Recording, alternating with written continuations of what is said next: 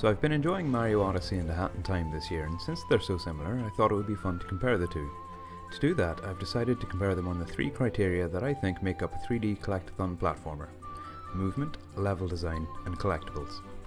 Let's take a look at how A Hat in Time does in these categories. First up is the most important aspect of a 3D platformer: movement. If it isn't fun or interesting to move around, then why would you even want to? In A Hat in Time, controls are responsive, so pulling off a combo like jumping into an air dive, double jump into a wall run and jump onto another ledge is quite easy, but not too easy that it feels trivial.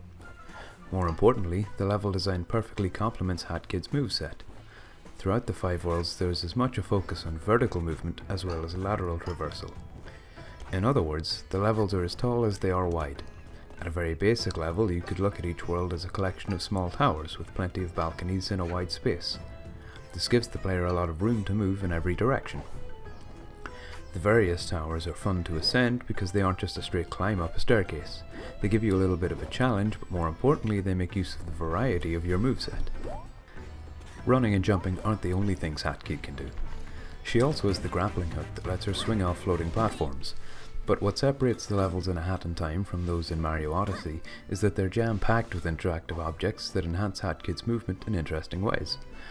Every level has some variant of a grapple hook to swing off of, and balloons or enemies that you can hit in mid-air to extend your jump. A Hat in Time's levels usually include some kind of shortcut, like the rockets or bounce pads in Mafia Town that launch you across the level. Thanks to these, you can avoid repeating the same platforming challenges you've already done when you want to go and explore a new area. An interesting aspect of A Hat in Time's level design is that each world has 4 or 5 acts, which act as variants on the main world with the exception of the Battle of the Birds.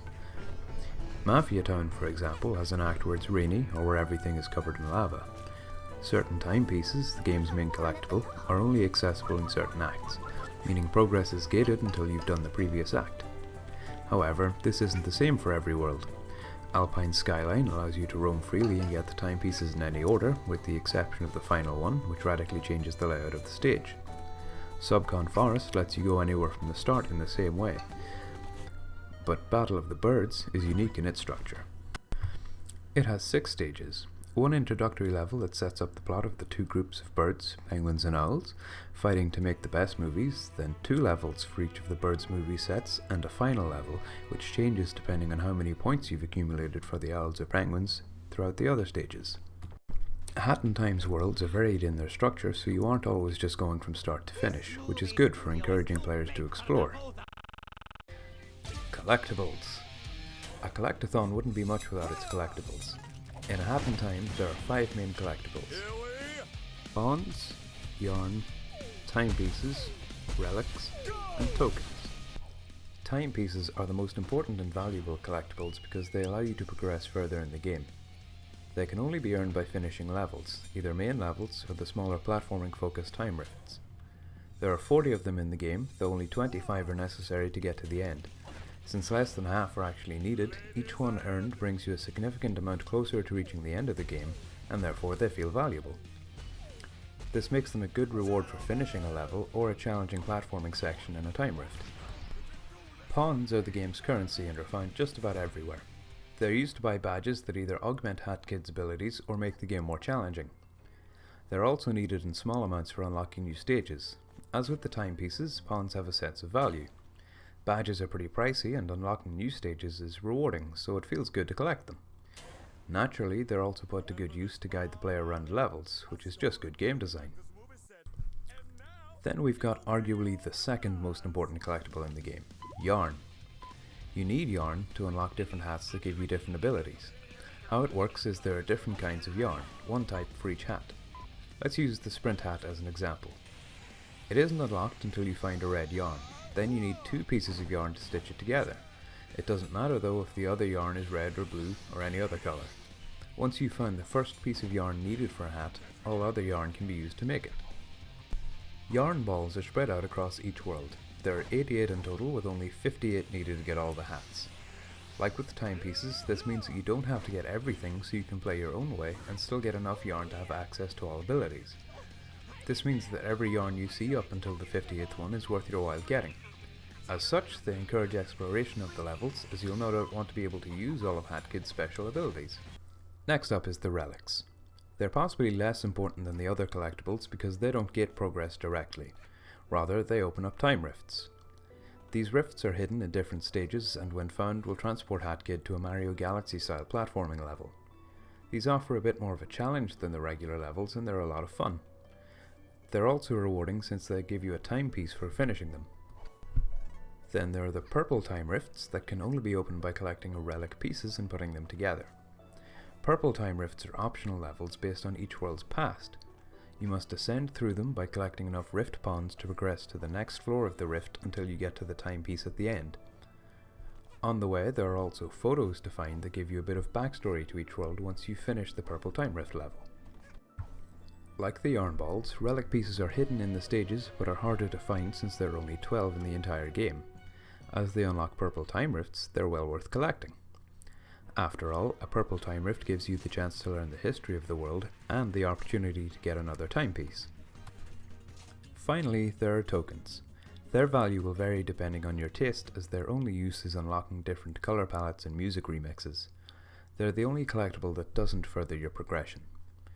Hat in Time then has 4 collectibles that I would say are valuable, 5 if you count the photos in purple time rifts, and 1 extra for those who like to customize their characters. So it's got level design that makes full use of the main character's abilities, filled with nooks and crannies that hide valuable collectibles and that encourage you to use said abilities to explore each and every world. It sounds like you couldn't ask for anything more in a collectathon platformer, so let's see how Mario Odyssey stacks up when compared on the same criteria. Mario Odyssey is fundamentally the same kind of game. You run, jump and collect, but it does some things differently. Let's start as we did before with movement. Mario's basic moveset is very similar to HatKid's. He can run, jump, wall jump and air dive. Mario doesn't have access to the grapple hook, but he can throw his hat out to create another platform in mid-air. He also has the ability to roll into a ball after an air dive and do a long jump while rolling.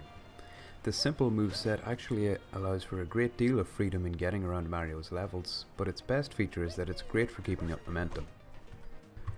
That combo of jump, air dive, hat bounce, air dive, roll, long jump, run isn't only a great and fairly easy way to keep Mario moving over long distances. With the number of inputs required, it's just difficult enough to be satisfying and remain satisfying over a full playthrough, but also easy enough that just about anyone could do it repeatedly after a bit of practice. Mario's moveset is marred only by the implementation of the ground pound. Unfortunately, Nintendo made it so the button that you use to air dive is the same as the one that slams you straight down into the ground. The only difference is whether you press it before or after the jump button. It doesn't sound like it will be a problem since you only need to press the buttons in the right order to do the right move, but because you press them so quickly it's far too easy to accidentally ground pound instead of air dive. This takes away all the momentum you had and you end up doing the exact opposite of what you were trying to achieve. It seems like any other button could have been the ground pound button and this would have been avoided entirely, but that's not the case. Overall, Mario's movement feels great to control with the exception of the accidental ground pounds. I also couldn't talk about movement in Mario Odyssey without bringing up the various enemies Mario can possess. They all have really simple movement mechanics and a lot of the time they don't achieve anything more than Mario could achieve with his base mechanics. Bullet bills cross long distances, but you only ever have to steer left and right. Goombas can only jump and walk. Most of the enemies aren't that interesting to use, but they had a big impact on the level design. The levels in Mario Odyssey are designed significantly differently than those in A Hat in Time.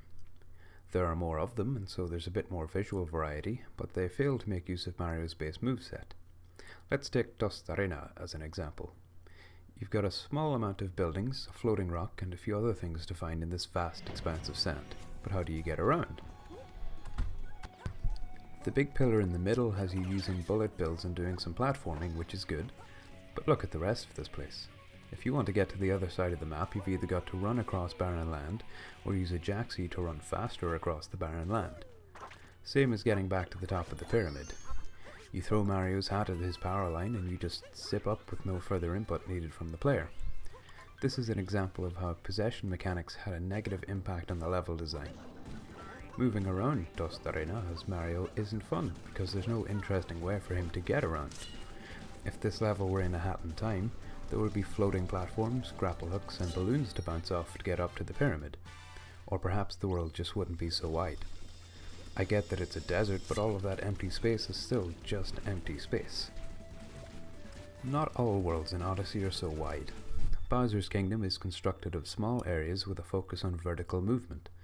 However, like in Dust Arena, you have to possess an enemy to get around. That said, it's still fun to play as the birds, and the level seems mostly built around them, which allows them to capitalize on the birds' abilities, but then you're not playing as Mario anymore. There is one level in Odyssey where the level design perfectly complements Mario's abilities. New Donk City is a small area filled with skyscrapers. Not only do they promote making the best of Mario's jumping skills to climb higher, but the spaces in between the buildings encourage you to use the air dives and hat bounces to get from one to another. On top of that, it's full of things for Mario to climb and bounce off, like most of the levels in A Hat in Time. There are the taxis that launch you into the air, posts that spring you up the side of buildings, and even traffic lights you can climb up and either jump off the top or swing off. More importantly, this style of level makes exploration a lot more fun. Let's compare it to Toast Arena again. Moons aren't hard to find in a big open space, so they feel less rewarding. In New Donk City, they can be hidden away in various nooks and crannies between buildings or in hidden balconies. Earlier on, I mentioned that most levels don't make use of Mario's core movement mechanics. However, once you beat the game, there are certain challenge rooms that are unlocked, many of which require you to master Mario's controls. This one in New Donk City is a perfect example. It's a more difficult version of an earlier challenge room where you had a scooter and had to race to the finish. You simply can't beat it unless you really know what you're doing. I find this kind of level design to be the best because it forces you to really engage with the moving and jumping controls in a way that levels built with the possessed enemies in mind don't. Ideally, this would be more common throughout Mario Odyssey. Of course, level design isn't the only factor in encouraging exploration. We've also got to take into account the things you find when you're exploring. Mario Odyssey has fewer types of collectible items than in A Hat in Time. They are coins, a different kind of coin, and moons. The coins in Mario Odyssey are of course analogous to the pawns in A Hat in Time. They're scattered all over each level and most often used to guide the player along certain paths. They lack the same value of A Hat in Time's pawns though. As I said before, pawns gate progress. You need them to advance, but they're also used for buying new abilities. In Mario Odyssey, coins are mostly used for buying different outfits for Mario. Technically, you could say that they allow you to progress further because certain moons require certain outfits, but there are so many other moons available that you don't even need to get these, but I'll get onto that later. Apart from outfits, coins also allow you to buy life hearts to temporarily boost your health, and let you purchase moons. Coins also serve as your lives, sort of.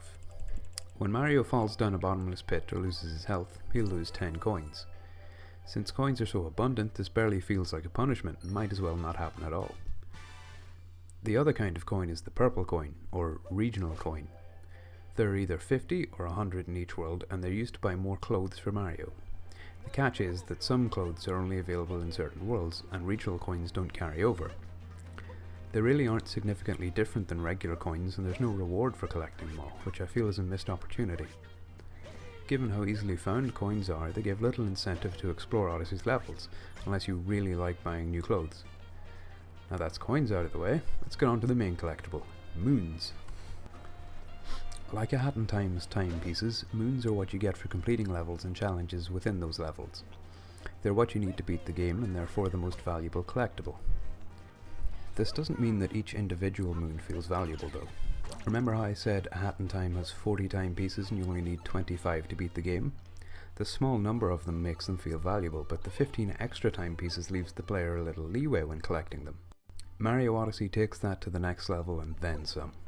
There are 880 moons strewn about the various worlds, with another 119 available to buy with coins. To get to the end of the game you need 124. To unlock both the secret worlds after the end, you need 250 for the first and 500 moons for the second. Taking a look at these numbers, we can see that, not counting the moons you can buy, there are 756 spare moons if your only goal is getting to the end credits, and 380 spare even if you want all the extra content. Well, almost all of it. Getting 880 moons gets you a harder final boss and a golden sail for the Odyssey, and getting 999 earns you a 10-second cutscene showing fireworks going off behind Peach's castle. What a reward. That really is just too many moons. The first few moons you get might feel like they have some worth, but the problem is you find them so often and in such large amounts that it doesn't feel like you're earning anything significant. You get moons for completing small objectives, giving the shopkeep some coins, planting a seed in a pot, or just climbing up onto a ledge. Beating a boss will even get you a multi-moon, which is worth 3 whole moons. The point I'm trying to make here is that they're too easy to find and far too numerous. Just watch how many moons I'm able to collect in Toast Arena in such a short time. None of these is even challenging. As a result, the rewards earned for finding them don't feel rewarding. Beating the game is inherently rewarding for sure, but collecting enough moons to get there wasn't a challenge at all. Getting to the end also unlocks the moon rocks in each world, which makes even more moons appear. Getting to the dark side of the moon isn't rewarding either, because it just offers you guessed it, more moons, and the darker side of the moon does the same. It seems like you're always just getting more moons when you could be getting something significant. The extra moons unlocked at the end of the game are barely more challenging than the ones you've already collected. Basically, they feel almost worthless, unlike At and Time's timepieces, which held a lot of value due to their scarcity. Alright, I've rambled enough about moons for now. Let's do a quick recap and conclude this thing. Movement. Both games feature an easy to use moveset where pulling off combos of moves and keeping up your momentum are gratifying. Level design. A Hat in Time features levels packed to the brim with things to jump on and swing from. They capitalize on Hat Kid's movement mechanics. Mario's levels are designed with the possession mechanic in mind and don't make the most of his own moveset. Collectibles. A Hat in Time features a variety of collectibles, each with a good amount of in-game value, bar the tokens, which are only for cosmetics. Mario Odyssey features 3 collectibles, 2 of which are the same, and the main one that feels undervalued by the sheer amount and ease of finding them. So what do I think? I think A Hat in Time does a much better job at being a 3D collectathon platformer than Mario Odyssey. It's more fun to collect things and exploration is enjoyable and heavily incentivized. Mario Odyssey is still a fun game, no doubt, but overall its levels feel less rewarding to play through and your enjoyment will be heavily based on how much you enjoy playing as the different enemies Mario can possess. Odyssey has much more content, but A Hat in Time has higher quality content. Thanks for watching this far into the video. I hope you enjoyed it. Feel free to tell me what you think of Mario Odyssey or A Hat in Time and anything I might have missed in my analysis.